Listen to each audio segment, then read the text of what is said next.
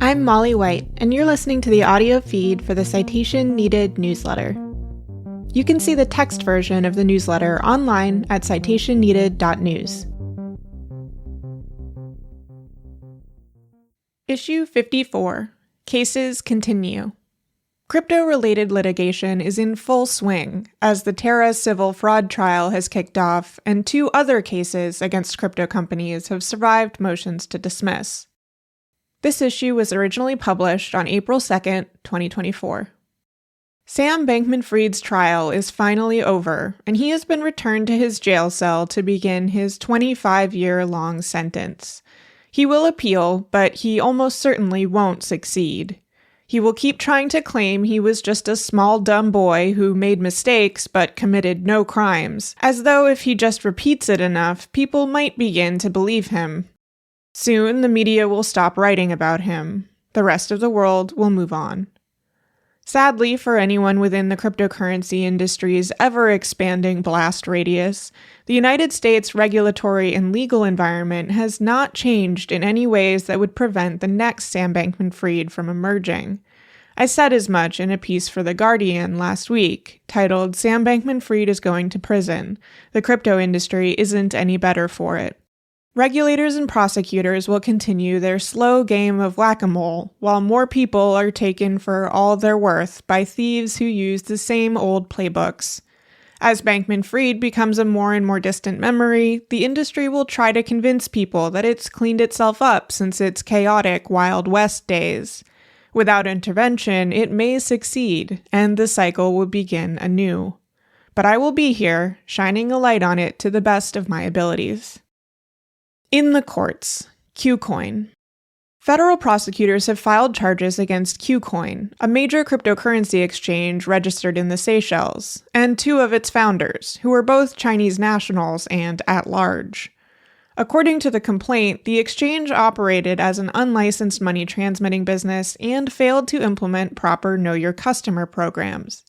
Although KuCoin claimed not to serve U.S. customers, they had a history of making wink-wink, nudge-nudge statements that pushed U.S. customers towards the exchange's no KYC accounts, where they wouldn't have to disclose their residence or citizenship.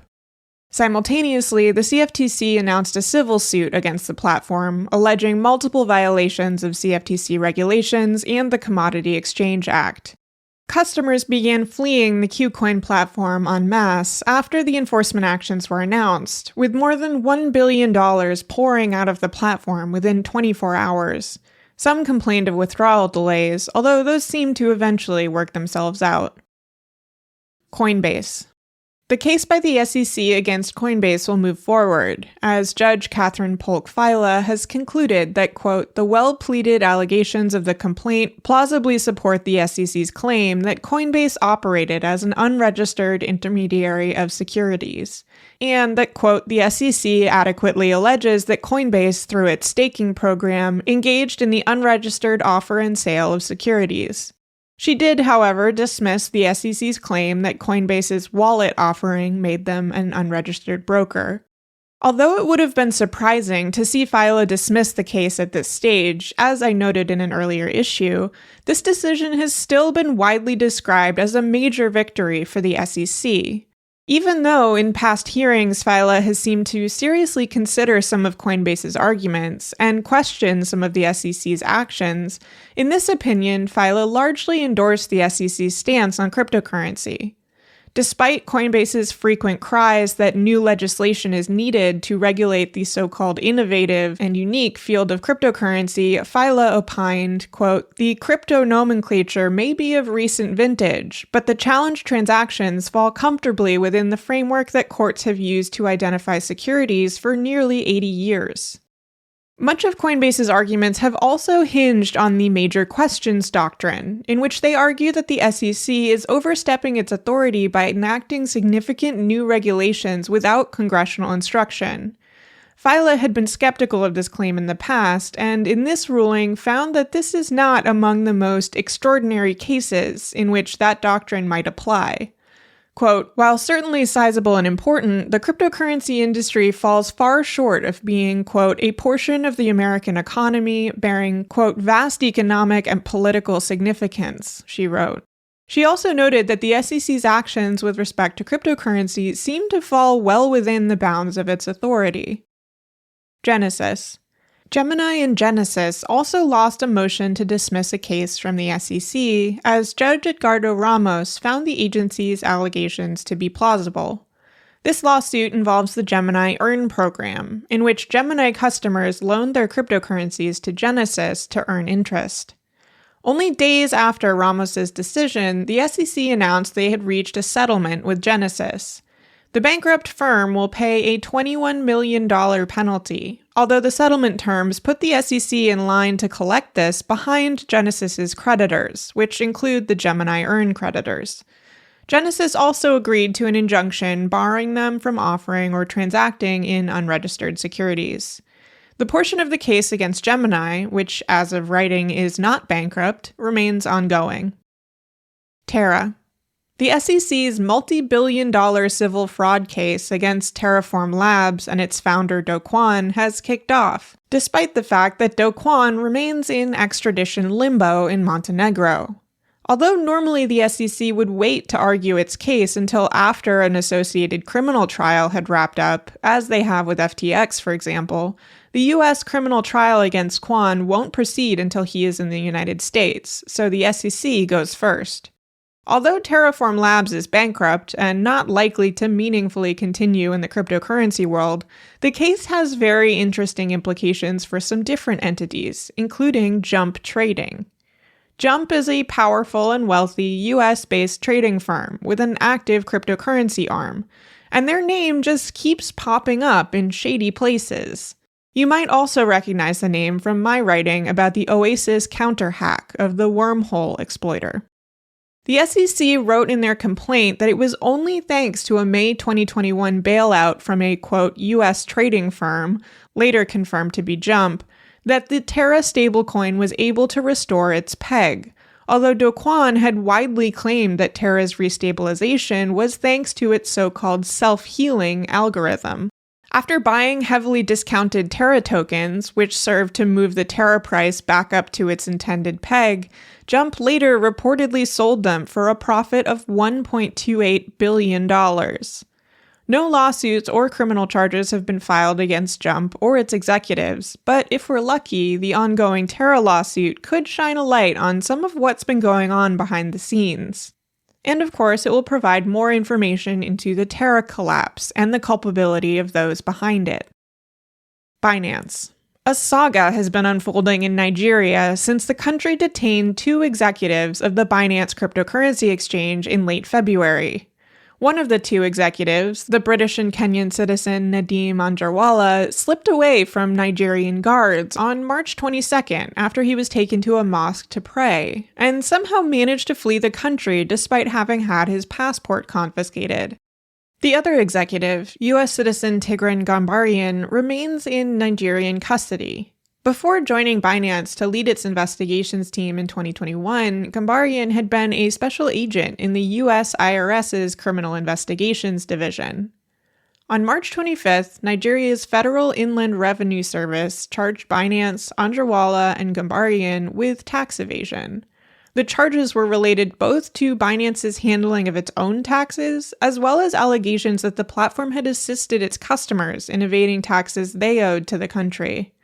On March 29th, Nigeria's Economic and Financial Crimes Commission added even more criminal charges in a case alleging money laundering and operating without a license.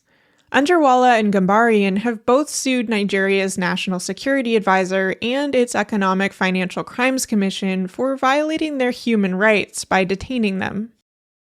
Tornado Cash. Roman Storm has moved to dismiss the criminal case against him, which includes charges of money laundering, conspiracy to violate sanctions, and conspiracy to operate an unlicensed money transmitting business. In the motion, his lawyers describe the case against him as, quote, fatally flawed, and make several arguments for its dismissal. Among them is the argument that writing code is First Amendment protected speech, which cites precedent established in Bernstein v. United States, a set of cases pertaining to the other cryptography. They also make what is now becoming a classic argument in the cryptocurrency world, that Tornado Cash was decentralized, and that Storm had relinquished the ability to modify the smart contracts he wrote by the time the DOJ alleged they were used by bad actors, including North Korean hacking groups. Worth a shot, but I don't see this case being dismissed at this stage. Storm also filed motions to try to stop the feds from seizing his cryptocurrency assets and to compel them to turn over their records pertaining to him, as well as any communications they had with Dutch authorities. Over in the Netherlands, prosecutors are reportedly looking for fellow Tornado Cash developer Alexei Pertsev to be sentenced to 64 months, or 5 1/3 years. A verdict in his trial is not scheduled until May 14. He's already been in custody for over a year and a half. Craig Wright. The evidence was so overwhelmingly against Craig Wright's claims to be Satoshi Nakamoto that the judge overseeing the 5-week-long trial in the United Kingdom ruled on the matter immediately as arguments came to a close. Justice Miller was expected to take some time to consider the case before issuing a ruling, but was apparently so firmly convinced that he announced his decision then and there.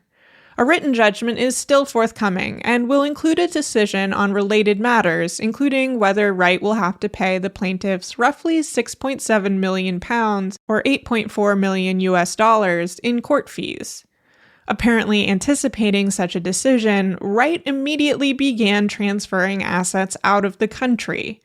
The rather perturbed Miller promptly granted a freeze on Wright's assets, noting in the order that Wright had boasted in the past about, quote, having made himself untouchable by structuring his assets such that they would be out of reach of court judgments. Everything else.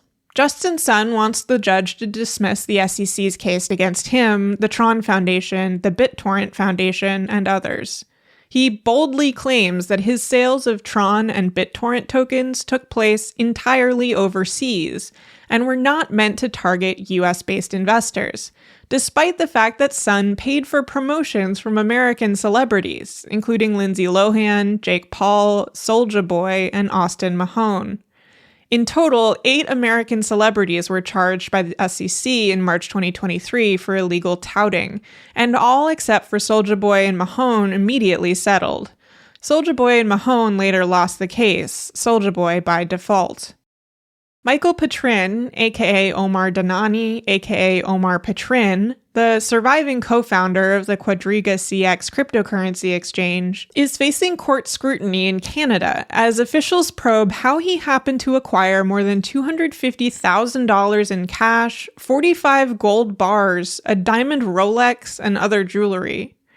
According to a filing, chat messages between Petrin and his late co-founder Gerald Cotton show them talking about stealing customer funds in 2014 and 2015. Petrin has pleaded guilty to multiple felonies in the past and changed his name twice to try to dodge scrutiny. In January 2022, 2 days after people lost a ton of money to cascading liquidations across the Wonderland project, crypto sleuth ZachXBT revealed that it was Petrin who had been managing the project's treasury. Before he was unmasked, he had been hiding behind a pseudonymous account called 0xSifu. All normal cryptocurrency stuff, really.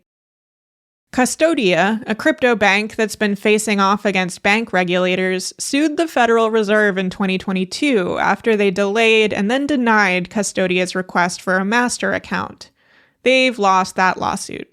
If the judge had decided that they indeed were entitled to a master account as a chartered state financial institution, this, quote, would effectively mean that every depository institution chartered under the laws of a state, regardless of how soundly crafted, is entitled to a master account, allowing it direct access to the federal financial system, he wrote. In bankruptcies, FTX. The same law professor who spearheaded a 9-professor amicus brief in the FTX bankruptcy case, which argued for the appointment of an independent examiner due to concerns over legal conflicts of interest, now has a paper coming out in Stanford Law Review.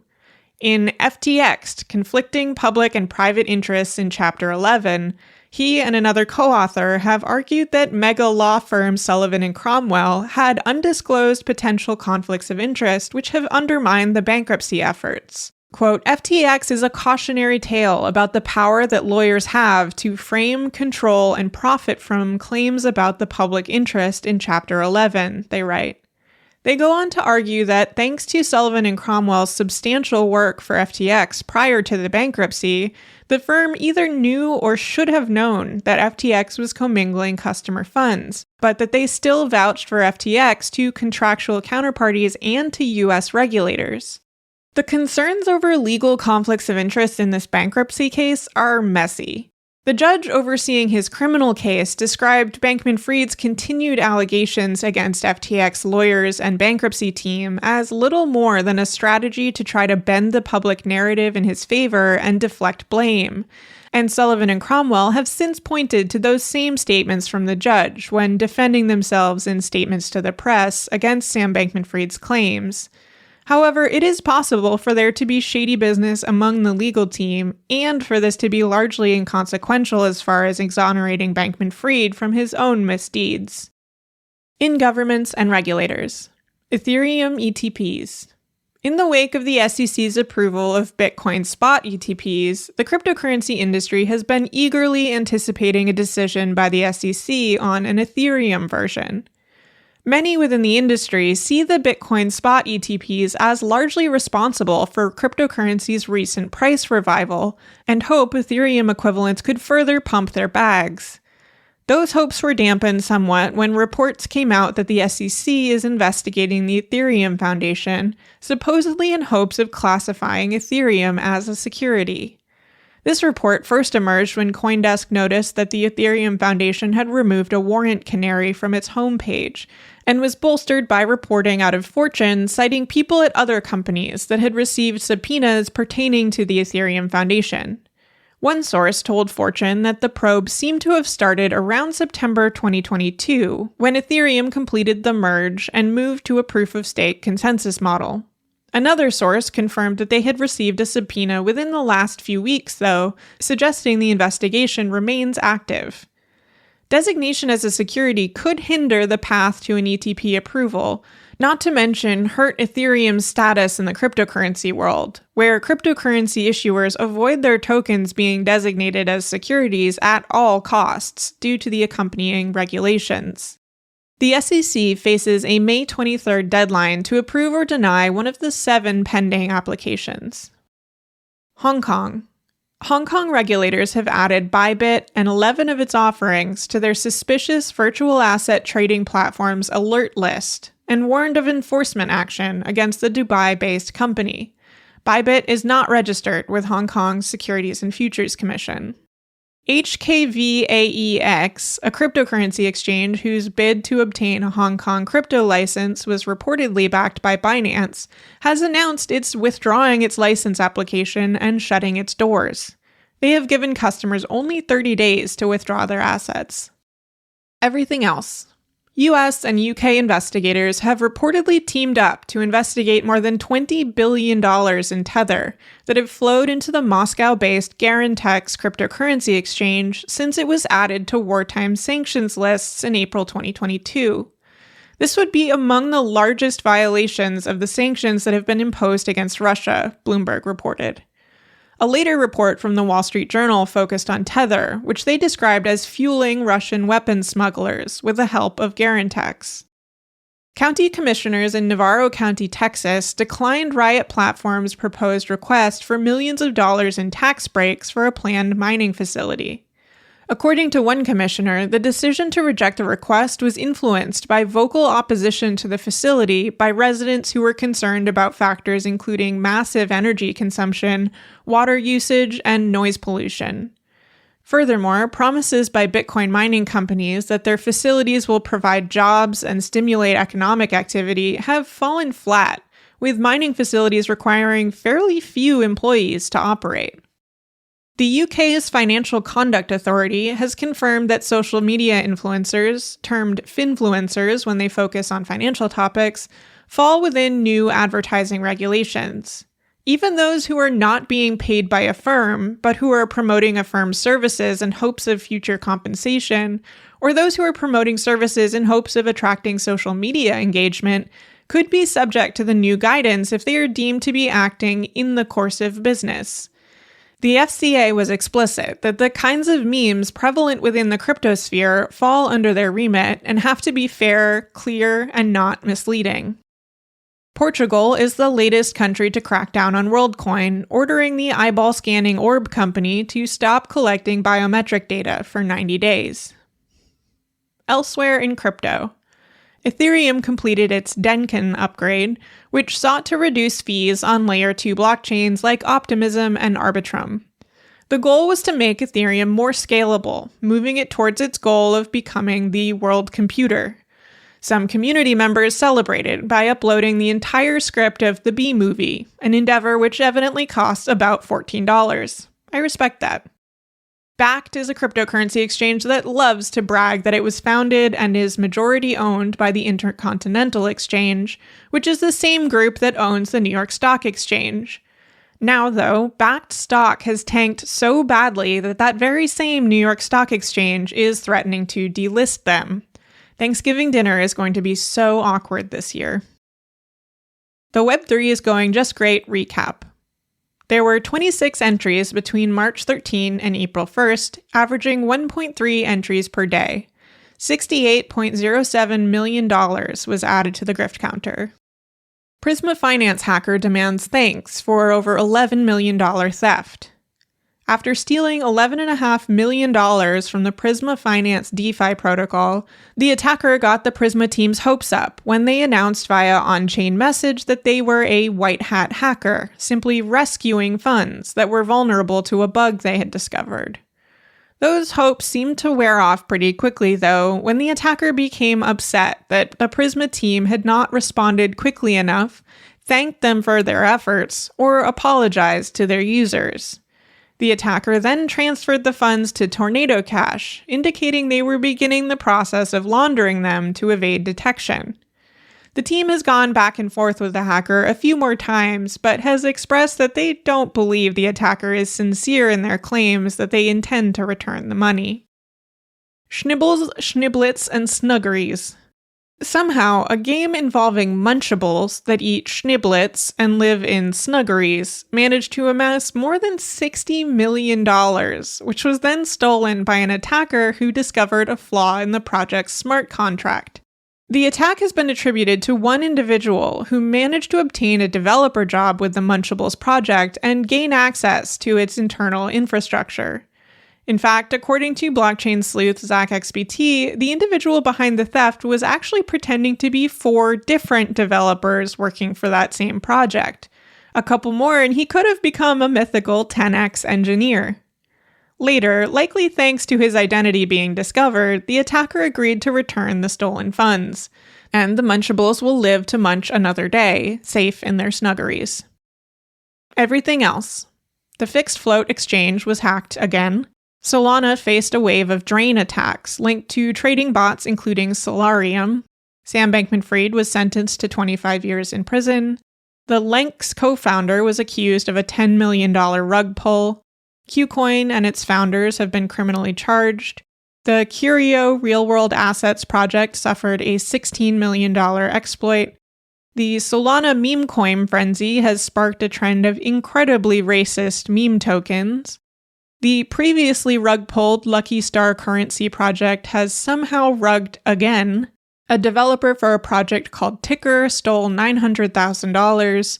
A game called Super Sushi Samurai was exploited by a white hat hacker for $4.6 million. AirDAO was exploited via a social engineering attack.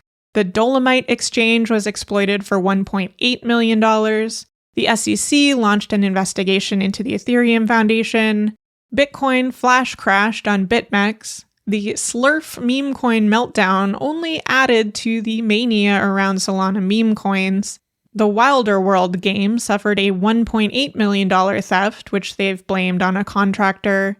A fisher impersonating an influential crypto trader in Twitter replies scammed over $2.6 million. The Remelia Collective reported a multi-million-dollar hack. An AI NFT project called NFPrompt disclosed a hack. Someone accidentally burned $1.36 million in Tether. Mosaic was exploited for $2 million, but recovered 90% of it. The Mobox lending platform was exploited for $750,000. Massachusetts prosecutors have sought to seize $2.3 million from crypto romance scammers, and a phishing attack drained $2 million from one victim. Worth a read. An episode titled Fake Toshi, the Perfect Client in the A-Lab podcast is more than 4 years old, but describes some of Craig Wright's early shenanigans in trying to claim that he is Satoshi Nakamoto. They do a great job of going through only some of Wright's incredibly long backstory, and it's very funny. In the news, I joined Brent Goff on The Day to talk about Sam Bankman-Fried's sentencing and whether something like FTX is likely to happen again. The television program was titled Crypto King Sam Bankman-Fried Sentenced to 25 Years in Prison.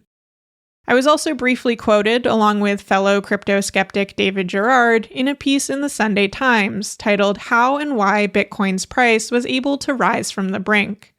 And finally, I also went on 2 BBC shows to talk about Sam Bankman-Fried's sentencing, although I'm not sure if those were posted online because most of the BBC's content is geo-locked. That's all for now, folks. Until next time, this has been Molly White. Thanks for listening to this issue of the Citation Needed newsletter. To learn how to support my work, visit mollywhite.net/support. If you'd like to read the text versions of these episodes, sign up to receive the newsletter in your email, or support my work on a recurring basis, go to citationneeded.news.